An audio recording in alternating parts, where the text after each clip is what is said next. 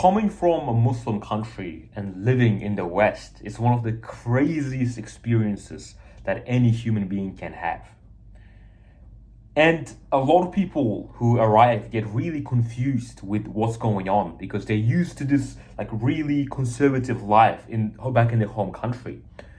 And the people who live there for a while, they know how toxic it can get. Like, it's not perfect. Like, we'll have to pretend that Muslim countries are perfect, the West is bad. But truthfully, like, we know, the ones who actually lived, we know that there's so many problems in the Muslim countries.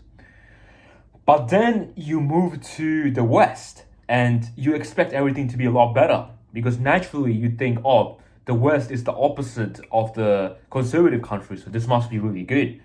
And then you run into entirely different problems.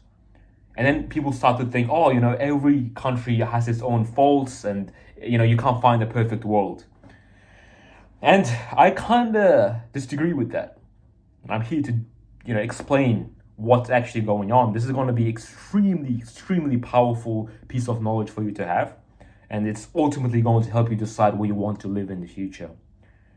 So let's start with this thing called The Shadow by Carl Jung.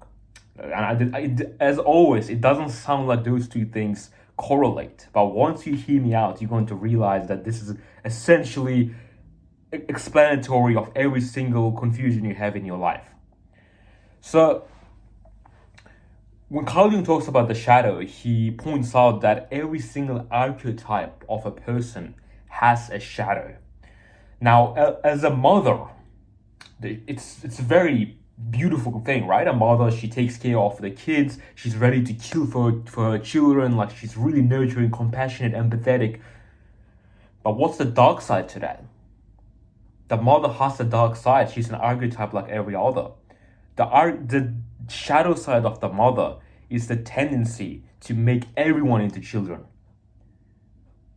Make everyone stop competing and developing themselves. Pull them down so that she can feel useful to the kids. And this happens with so many Muslim moms around the world. It's very common. This is why when you go to a Western university, like everyone's like a bit of a child. Like, nobody competes. Everyone's like a little pussy, right? So I'll explain that a bit later once I explain the masculine. This is where it gets really interesting because not many people really understand the shadow side of too much masculinity. And when I say too much masculinity, I'm talking about too much of the wrong masculinity, not the good ones.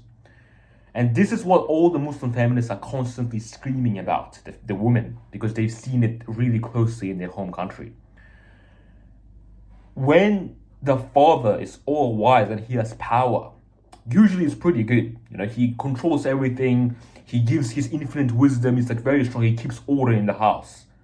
But at some point, when it comes time to progress, when it comes time to innovate, that's when the father figure becomes the shadow. He will do everything in his power, including stopping any original thought and basically enslaving his family in order for them to not progress into the next stage. So this can be in the form of, forcing their kids to follow in their footsteps, because they know that if they're following the father's footsteps, they can never catch up to him. And that if he doesn't allow them to pursue business or creative endeavors, he's going to have power forever. So essentially, this archetype stops innovation in all forms. They must still develop the character. That's what the mother stops developing character, but the father stops developing innovation. It just shuts down all creativity and makes everything black and white. So both of these types have a dark side. Now, in the West, we've decided that the feminine has to rule the country. So in Australia, in England, in America, it's all womenized. Like, everything is ran in accordance with the woman's mindset, the feminine. Everything is about compassion. This is why they hand out participation trophies at schools. This is why they have such a strong emphasis on mental health and, just like trying to eliminate competition in every way possible. That's why everyone's a pussy in the West, by the way. when you go to a Muslim country, like for example in Uzbekistan, and by the way, this can apply to any conservative country like Vietnam, China, Russia. So it's not strictly Muslim, but I'm just using it as an example. In Uzbekistan, for example, everything is really, really like conservative, right? Like if you go to the university in Uzbekistan, it's like military. Like, why do you have that haircut? Why are you dressed like that? Why are you a pussy? Like, go do this. Like, what? What do you mean you can't study? Go and study right now before I beat your ass. And then in schools, like if you have like really long hair, like maybe a bit longer than me, they get really angry. They're like, "What are you, a pussy?" And they cut your hair by themselves. Those things, like you'll never see that in the West, obviously, right? But this is because this is how the father acts in the household. The father makes sure everything is in order and nobody becomes a pussy. But the problem in Uzbekistan is that people are too conservative. Like they're ruled at this point by the toxic shadow of the father. This happens in every scale, the societal and the individual. The families have so much talent. Like there's some kids who are genuinely really talented in so many things, but because the father low-key doesn't want anything to change, they force everyone to cling on to the old traditions. When you cling on to the traditions of your ancestors, of your grandfathers, you are never going to become creative. This is why Uzbekistan never invents anything. They're very good at production because there's the fathers like work, but they don't invent things. They never talk about mental health. They never talk about like psychological science, any social science. It's not a thing because, the father would think that's stupid. You understand what I'm saying, right? And so both of these things are like at this point at a stage where it's become toxic. There are some countries where it lingers in the middle. I'm thinking about mainly like UAE. I'm thinking like Russia, like some Eastern European countries. Now, those people aren't that creative either, to be fair. But this is the one thing they've integrated really well. For example, during the Soviet Union, even though everything was really conservative, it was like military based, do this, they still included some femininity in there, like the feminine nature. Because you weren't allowed to discriminate against each other. That was the one thing. Everybody had to be really like respectful of all races and everything. And also, Soviets invented a whole bunch of things. Like they were the first people to go to space. There's countless like Russian psychologists that came out of there. Whereas now that's not going to happen because they've already they become more conservative. In Dubai, they are very manly when it comes to laws. Like they're very strict. They keep everything really safe. They keep everything functioning as it should be because the leader is very conservative. At the same time, they allow creativity. They allow people from other places to come and make their impact. Build these huge buildings and become influencers and stuff. So they mix those two things really well. Why is this the case? Why is everything ran by either the masculine or the feminine? It's because every single person that's ever existed, well, not every person that's ever existed, I'm not talking about Adam and Eve, they all had a mother and a father. And everybody is made up of those two elements. Some people swing more towards the mother, some people swing more towards the father, right? And the countries, the societies are nothing but a bunch of people. So it manifests itself in the societal form. The problem also happens when a person, especially a man, is too close with the mother. Because the mother will keep the man from developing forever. She's going to make him into a coward so that she can have control of him. Same thing with the father. Like if you dedicate your entire existence to your father, that sounds really cool. Sounds like it's pretty sick, right? But it doesn't actually play out that well. Because at some point, 99% of fathers will become toxic. They're going to become that type of person who doesn't want you to go about him. They want you to be stuck in his shadow. That's toxic. That's not all fathers, by the way, but a lot of them are like this. At least they become like that all the time. So what am I saying? Are we doomed? Is everybody eventually going to become like that? So do we have to leave our parents and stuff? No, and this is where it gets really interesting, because as Muslims, we have these ideas that we can't disrespect our parents, who can't go against their opinions because they're older than us, and like Islam says we have to respect them. But this is where I become really controversial. And I'm not here to deny Islam whatsoever, right? Like, I'm really, really conservative with my beliefs. So I'm not changing them. But I do think we got it a little bit wrong. I still believe that if someone, anyone, is impeding your development, you need to sacrifice your relationship with them. This does not mean you cut them off forever. But this does mean you need to let them know and show them that you're not afraid to lose them. You need to tell them that, you need to show them that if you cross the line of toxicity, at some point I'm going to do X. This is not a threat. All it does is it helps you and that person as well. So for example, let's say you're doing it to your father. If your father gets really controlling of your career and your life, at some point it's your duty to say, look, Dad, I respect you. I respect what you've done. But I have these other interests. I'm my own individual. And if you're not going to let me pursue my interests, I'm not talking about haram things, I'm talking about strictly good goals, I'm going to move out and I'm going to pursue them on my own. If you say that, now that person, whoever you said that to, will leave. They'll get really angry and resentful. They're going to sort themselves out and they're going to come back to you. This is what Jordan Peterson talks about. I don't know if you've watched that lecture. Maybe I'll link. Actually, no, I can't link it. But just bear with me. The person leaves. They think about what just happened over a long period of time, and they come back to you fixed. And now you can have a respectful, good relationship with your family. If they don't come back, that's on them. That means they are just a really, really toxic person. And in this situation, I'm not saying you need to dishonor them, which is haram. I'm saying you need to stop letting them control your life if they're pulling you down.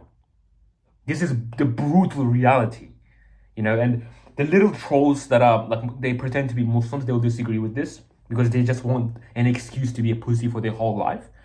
But this is how a Muslim is supposed to act. Imagine Prophet Muhammad, peace be upon him, when he was, trying to revert the world into Islam. His father may have told him, right? I don't know if this is true, but just imagine if he told him, no, Muhammad, you can't do that because it's too dangerous and you need to become a carpenter like me. He wouldn't listen. He'd be like, well, I respect you, but this I need to do this. That's what he would say. Same with any of the Sahaba, right? So when you are trying to follow a righteous purpose that's backed up by Islam and it helps the society, you don't have to listen to them. You don't have to. Because then, think about this. Anybody can be your parent. If your parent happens to be a psychopath, who's a really dark person who wants the whole world to just be the same forever, everybody needs to stay at home all day, are you still going to listen to them? No. You don't listen to them. If you listen to them, that's on you. You're still wasting your life. I don't know if you're going to be doing haram things, but I can certainly guarantee that if you let them rule your life, someone who's a dark person will eventually lead you to haram. And this video, man, this podcast is going to be so controversial because holy moly, everyone's going to disagree with this. My method is very brutal. Most people would tell you, oh, you need to, if your parents are holding you back, you need to have a mature conversation with them. But I know from my experience that this does not work. Because your parents and anybody in your life, as long as they think you can't walk away, their toxic side will come out. It's your duty to put that toxic thing back in their face. Tell them to keep it there. It's going to be better for you and them. It's the exact same thing with your partner. If you have a wife, and if your wife starts acting up all the time, you need to let her know at some point that if you keep doing this BS, I'm going to divorce you. And at some point, if you don't do that, she's going to become a completely crazy gold digger. She's going to cuck you out completely if you don't put your principles above her. If you do put your principles, put your boundaries in place, what she's going to do is she's going to become a good wife. Magic.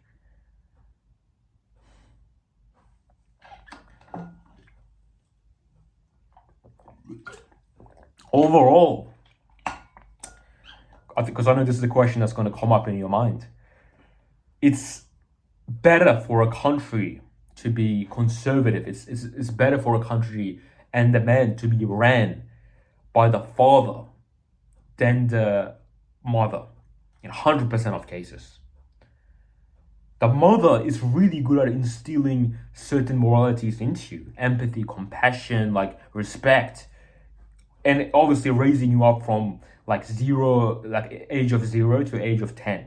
That's it. From there on forwards, the father needs to take over. And then at some point when you're like, I would say about 19 or 20, now you have to take the wheel. You have to stop listening to your father, because you need to excel him.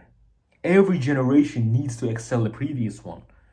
Now, in Muslim countries, this hasn't happened in a long time because everybody is a coward. So what's happening in most Muslim countries is that everybody is stuck in time. Everybody's still living in the mentality of their great-grandfathers.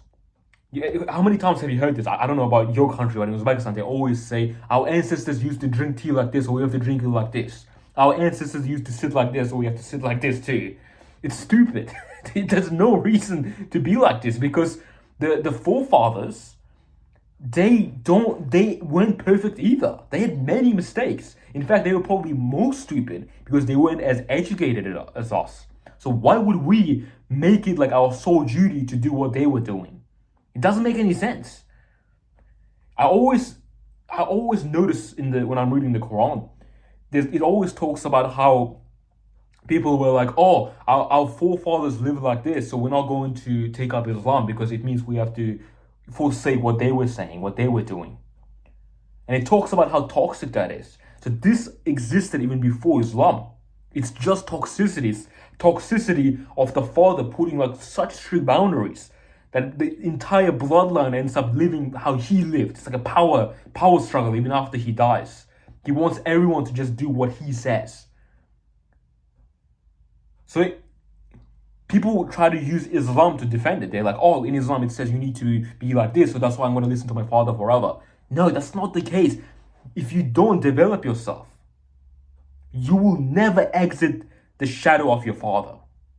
And it's your sole duty as a man to do this. When you read history, this is like all over the place.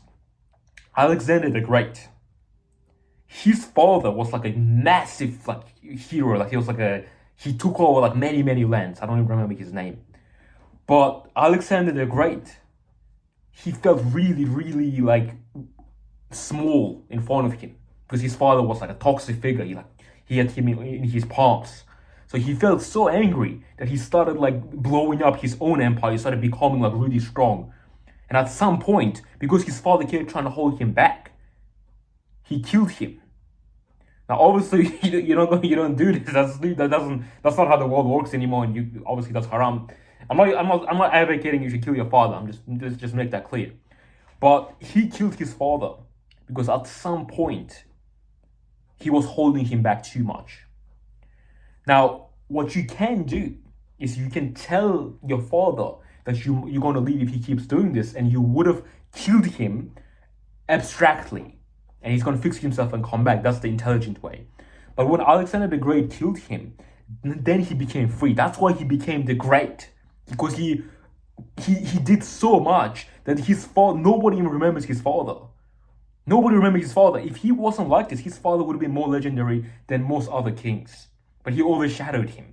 And every son has to do that. And the good father who's been put in his place, I know this sounds weird, but this is how it is. A good father who hasn't let his toxic side out needs to allow that to happen. He needs to be happy for his son to succeed, not jealous.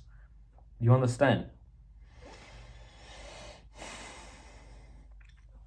This is one of the laws of power in the 40 laws of power. It's never fill a great man's shoes. And specifically refers to the father. If your father is really good at something, don't try to follow his footsteps, because he lived in a very different world than you. Things change rapidly. The exact things he was doing was working in the exact circumstances that he was in. So if you do that, and you're also a different person, so completely like you go into an entirely different direction if you try to follow his footsteps. And this works with not just the father, anyone who mentors you in like ancient sports, when they were doing like sword fighting, when they were doing like really ancient martial arts. They knew that at some point the apprentice had to surpass the master. And in some countries, it was like traditional, like when the apprentice like passes the master, he kills him. That's toxic. But they even have like a saying in Spain, where, like when someone who's studying under a master becomes better than him, they say, "To the master goes the knife." So you kill him. It's brutal. Again, this is what I'm saying is really brutal. But life is pretty brutal. But you can be abstract with it. You don't need to act things out literally in this modern world. You can just be your own person, and you can cooperate with your family to allow you to be that person. And if you do that, I promise you're not going to regret it, and I promise you won't fall into haram.